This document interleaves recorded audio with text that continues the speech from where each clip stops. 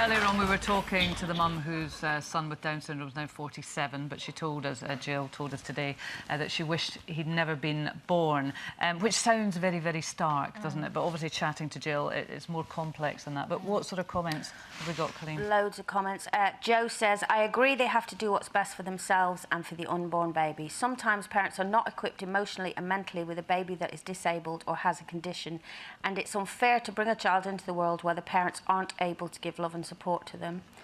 Amy says there is a lot more support for new parents of children with Down syndrome than there was back then. In the 60s, there was stigma attached and parents were made to feel ashamed.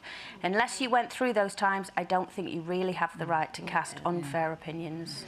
I always think it's really striking that people who've got experience of children with disabilities or family members with disabilities, they tend not to be judgmental because they know that it's extremely difficult. And I mean, I've got some comments here that similar. Sam saying, I can't say I agree with her decision as I have a daughter with additional needs, which at times can be extremely stressful, but also very rewarding. At the end of the day, what was best for me and my daughter isn't necessarily what's best for everyone.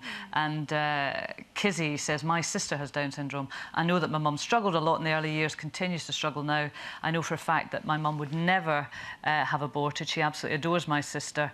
Having said this, you cannot judge anyone for their feelings and decisions, as each person is different and no one knows what they would personally do unless they're in that situation. And I guess that's kind of the message you've got to take. Yeah, from it, isn't it? Absolutely.